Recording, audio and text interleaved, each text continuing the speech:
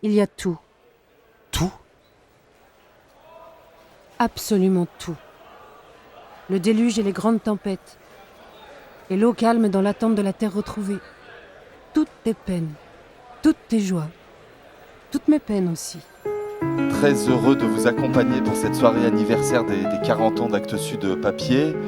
D'abord papier, puis ensuite Actes Sud Papier, mais on aura l'occasion d'en rediscuter bien sûr pendant cette conversation. D'abord un petit mot bien sûr pour remercier toutes les équipes du Théâtre de la Colline qui nous accueillent ici dans ce lieu merveilleux, et on les remercie évidemment de tout le travail accompli. Grand merci évidemment aux équipes d'Actes Sud qui ont organisé cette soirée. Et puis grand merci à vous qui êtes présents ce soir, et j'imagine qui au fil des années avez accompagné cette aventure éditoriale d'Actes Sud Papier, que vous soyez peut-être lecteur, spectateur, libraire, critique, metteur en scène, partenaire institutionnel, culturel, que sais-je. En tout cas des compagnons de route de cette aventure éditoriale, et je pense que ça va droit au cœur de toute la maison de vous voir si nombreux ce soir. Et puis la dernière personne à remercier, mais avant cela, ce sera Claire David à côté de moi, mais avant cela, il faut évidemment remercier ceux qui sont à l'origine de tout cela, à l'origine de cette aventure, à l'origine du catalogue. Ce sont les écrivains, les auteurs qui sont présents en très grand nombre ce soir. Tous ne sont pas là, mais il y en a un certain nombre. Et on peut peut-être commencer par les remercier, le cœur battant de ce catalogue, et de les applaudir, ou de vous applaudir vous-même, je ne sais pas comment il faut le dire.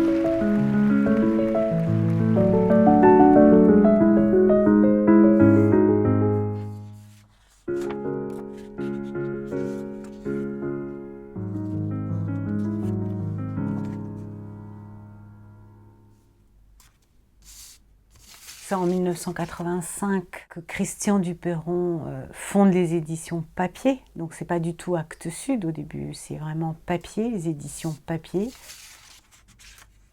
Il vient lui de l'Avant-Scène, il a déjà une 50aine d'années. L'Avant-Scène est une maison d'édition qui publie des programmes avec des textes de théâtre et les biographies des acteurs.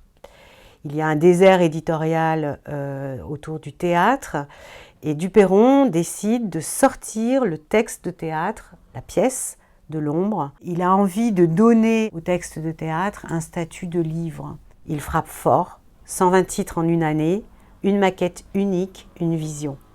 Et le théâtre devient livre. Là, on a Maxence Scherf, qui est la graphiste. C'est elle qui a inventé la maquette de papier, qui finalement, au fond, cette maquette, elle n'a pas tant évolué que ça. J'ai dû changer 3 fois de maquette en 40 ans.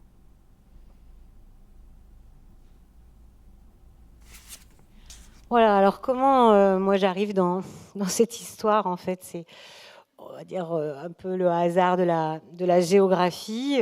En 85, moi, je suis étudiante. Je fais plusieurs cursus en même temps. Je fais l'Institut d'études théâtrales à Paris 3. Je suis à Paris 7 en sciences humaines cliniques. Je suis aussi à l'école Charles Dullin. Et puis, j'ai un ami qui habite rue de Savoie et que je vais visiter de temps en temps. Et je découvre qu'une librairie est en train de se monter, d'être peinte, une librairie à l'ancienne. Tout d'un coup, je vois spécialisée art du spectacle et je me dis, ah, ça m'intéresse. Donc, j'essaye de rencontrer Christian Duperron.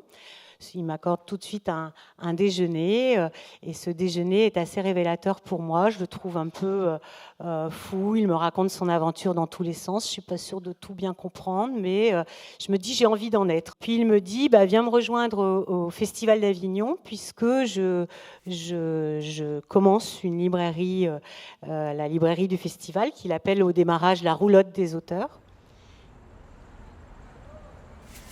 Une roulotte gitane posée au milieu de la maison Jean Villard, une librairie là où personne n'y avait pensé, une librairie au cœur du monde du spectacle.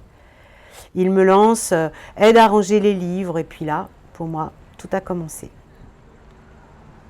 Duperron avait invité des auteurs à venir signer les livres, des auteurs qui étaient programmés, donc il s'agissait quand même, non des moindres, de Robert Pinget, de Nathalie Sarraute. Ils sont donc venus signer à la librairie du festival. Et alors là, pour moi, ça a été la révélation la plus totale qui m'a confirmé que j'avais envie d'être dans cette maison-là, c'est-à-dire tout d'un coup, tout ce que je pouvais lire devenait vivant. Et donc je suis partie en vacances, j'ai repris mes études et très rapidement il m'a rappelé. Là, à ce moment-là, j'ai plongé. J'ai plongé dans ce monde de livres, dans ce monde de mots, dans ce monde de phrases, dans ce monde d'auteurs, et ça m'a jamais lâché, quoi.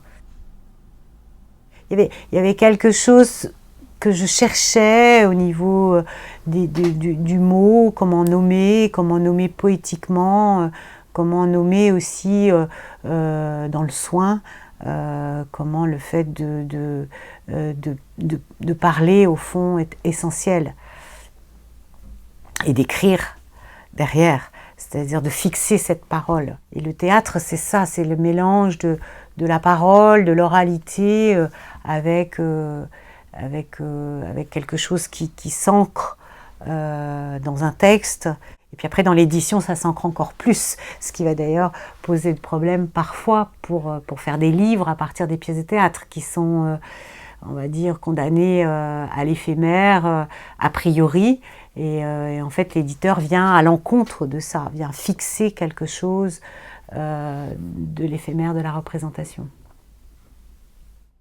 Mais Claire, tu te souviens, il y a 40 ans, quand Christian est venu vers nous, tu te disais, mais on ne va jamais faire ça, ils ne vont jamais continuer. Alors, en 1987, qu'est-ce qui se passe ? Il se passe qu'on n'a plus de trésorerie. On a énormément publié, c'était la ligne de Duperron, de publier beaucoup, de s'imposer. Il essaye de se rapprocher de quelqu'un et il rencontre Hubert Nyssen.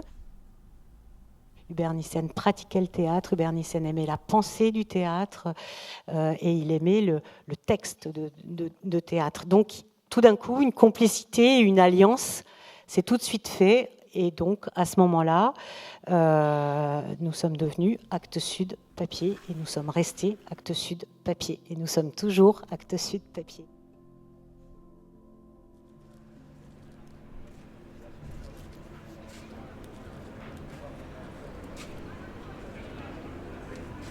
Et donc depuis tout ce temps, nous sommes un département à l'intérieur des éditions Actes Sud. Nous publions des pièces de théâtre, des essais, des beaux livres. Parfois j'amène des projets à l'intérieur d'autres collections de la maison d'édition. Depuis toutes ces années, j'ai creusé le même sillon. Ça démarre de la lecture, ça démarre de la découverte, ça démarre de la curiosité des textes, de la pensée sur le théâtre aussi. Oui, bonjour, c'est Inès chez Actes Sud, ça va ? Oui, ça va. Oui, écoute, je t'appelais juste pour te dire que ton relevé de droit d'auteur sera envoyé. J'ai une équipe rapprochée, on va dire, de 2 collaboratrices qui sont Inès Loureiro et Clara Lucas. Donc elles sont toutes les deux des éditrices. Je m'appelle Clara Lucas, je travaille aux côtés de Claire depuis octobre 2020. Très tôt, la littérature est entrée dans ma vie et ne l'a plus quittée. Enfin, ça a été un cadeau pour moi d'avoir à un moment donné des livres entre les mains, que j'ai voulu jouer ce rôle-là pour les futurs lecteurs, c'est-à-dire être l'un des passeurs qui permet à la fois aux auteurs de trouver un espace d'expression et aux lecteurs d'avoir à un moment donné un livre entre les mains. Le son de ma voix comme seule boussole. Il aura fallu une vie pour que tu me sois rendu. Nous sommes 2 à nouveau.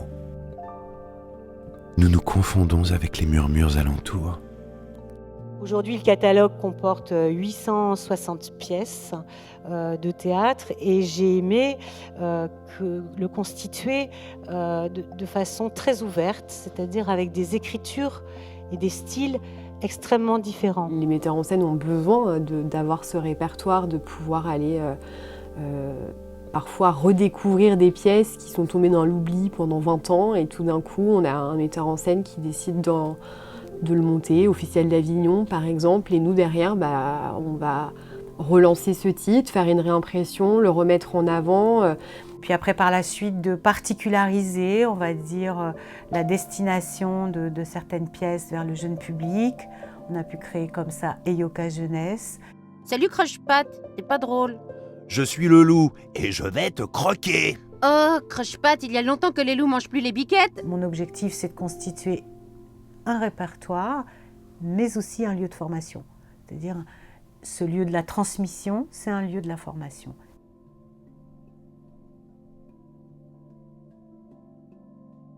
Il y a la collection Apprendre. Cette collection, elle a été décidée avec Marcel Bozenet, qui était à l'époque dirigeant du Conservatoire national supérieur d'art dramatique de Paris. Il s'agit d'ouvrages qui vont dessiner soit des problématiques, le théâtre russe, ou sur un auteur. Ou alors ça va être des ouvrages de dramaturgie, sur l'écriture, sur qu'est-ce qu'un dramaturge. Et après, il y a eu sa petite sœur, on va dire Mettre en scène, la collection Mettre en scène, qui a été faite avec Béatrice Picon-Valin. On s'est rendu compte qu'en France, il n'y avait pas de formation spécifique au métier de metteur en scène. Ces livres-là, aujourd'hui, il y en a peut-être une trentaine ou une quarantaine, à chaque fois, sont soit les écrits, soit des entretiens de metteurs en scène qui parlent de leur métier. C'est quoi mettre en scène? Comment vous avez été formé?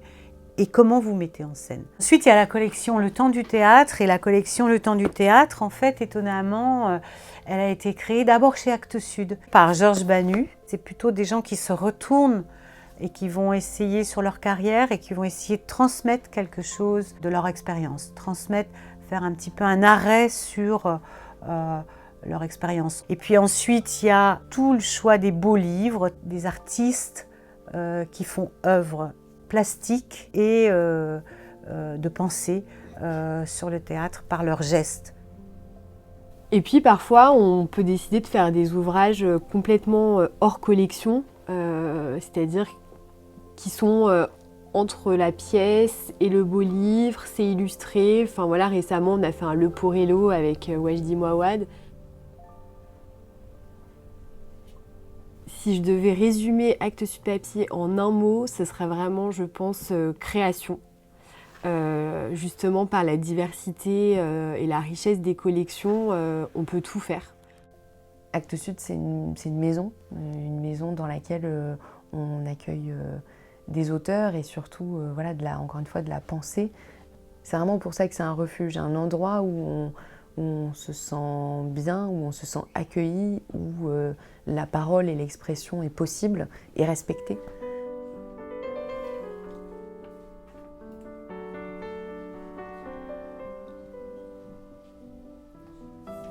Nous recevons à papier 2-3 manuscrits par jour.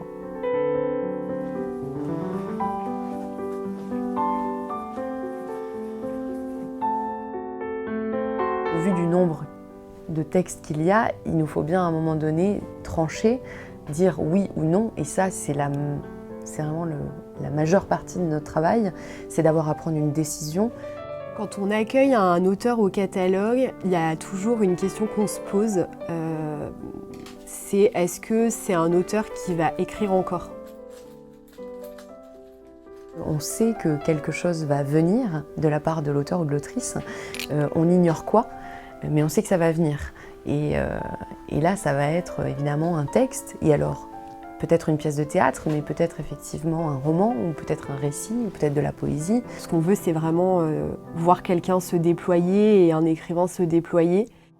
Mais en fait, en me retournant, je me rends compte qu'il y a quand même une ligne qui reste, qui est une forme de narration, qui est une ligne qui est celle du récit, qui est celle des histoires, même si à chaque fois, à travers ces histoires et les styles différents de chacun de vous, ici présents, et chacun des autrices et des auteurs du catalogue, j'ai veillé à ce que ça puisse offrir des théâtres différents. Encore des correspondances.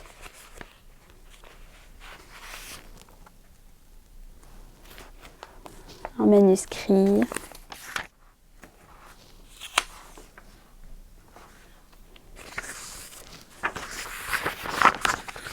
Encore des correspondances.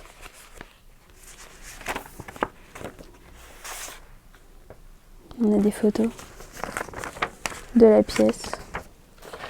Toujours très sympa de voir les dessous de l'édition, si on peut dire. Je ne sais pas si on s'imagine souvent tout ça derrière une maison d'édition. Je suis Abigaël, je suis ici en stage pour la fin de mon mémoire. Et donc mon rôle, c'est surtout de les aider dans le travail d'archives et sur l'événement des 40 ans de papier. Il y a une volonté vraiment que si un jour un de ces auteurs, dans 100 ans, 200 ans, est encore lu, étudié, que ce soit quelque chose qui soit là, présent, qu'on puisse avoir accès à des courriers, qu'on puisse avoir accès à des manuscrits à noter avec des échanges entre des éditeurs, avec un éditeur et un auteur. Ce travail au fil des versions dit combien la pensée de l'auteur, au moment même de l'écriture, elle évolue, elle se transforme et de quoi il est parti pour arriver à quel endroit. Ça, c'est un cheminement qui est immensément intéressant pour la recherche aussi, en fait, pour la recherche littéraire. C'est difficile d'écrire du théâtre. Il y a cette oralité qu'il faut assumer, parfois à l'inverse gommer. C'est un ressenti de lectrice et c'est aussi un ressenti par rapport à son œuvre. Et je sais aussi de ce qu'il a fait avant. L'éditeur est celui qui attache une très très grande importance à son geste d'écriture et qui le reconnaît aussi pour ce qu'il est, qu'il le reconnaît en tant qu'auteur.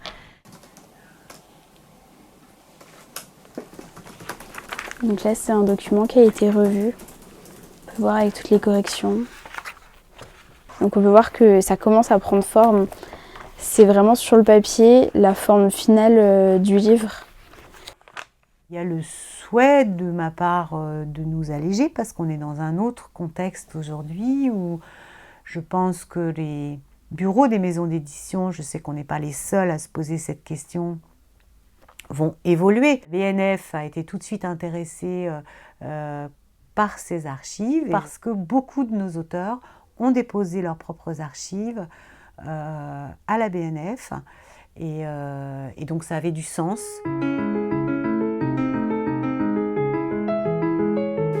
Les dossiers promo, c'est ce qui a été fait tout au long des années. Donc au tout début de papier, il y a 40 ans jusqu'à maintenant. On retrouve des éléments qui retracent finalement un peu tout ce qui a été fait autour de la maison d'édition. Cette conviction-là que l'on acquiert au démarrage, seul ou avec les équipes avec lesquelles on travaille, on va la transmettre jusqu'au lecteur. C'est vraiment l'éditeur qui va être le premier à le lire, à en parler, à le positionner. Et derrière, il y a quand même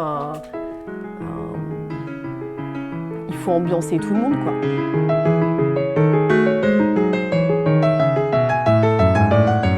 S'il y a quelque chose que l'on doit continuer et que prouvent toutes ces archives, au fond, c'est mais vraiment continuer, nous, éditeurs, à être des passeurs, et ça, des passeurs passionnés, afin de créer une mémoire, une généalogie, afin qu'aujourd'hui, un nouvel artiste qui arrive puisse s'inscrire dans cette mémoire-là. Ça, pour moi, c'est quelque chose de très important.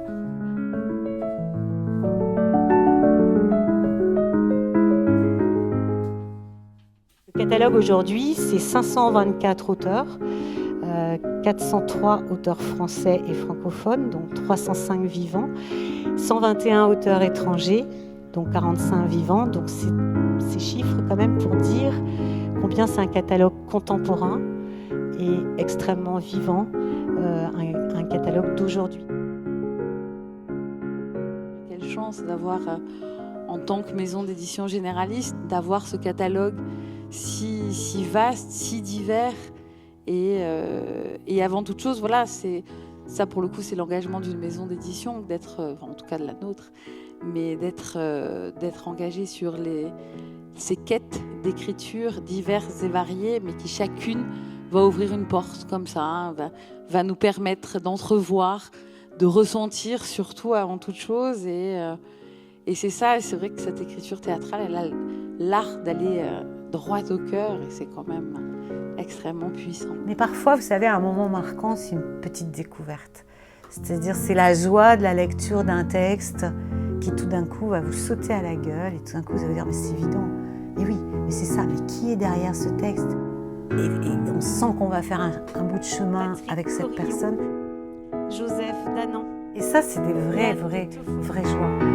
C'est des vrais moments marquants dans mon travail.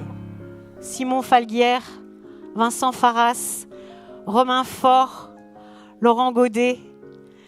Et bien voilà, 40 ans après, on est toujours là et pour encore de nombreuses années, j'espère, avec vous tous. Merci.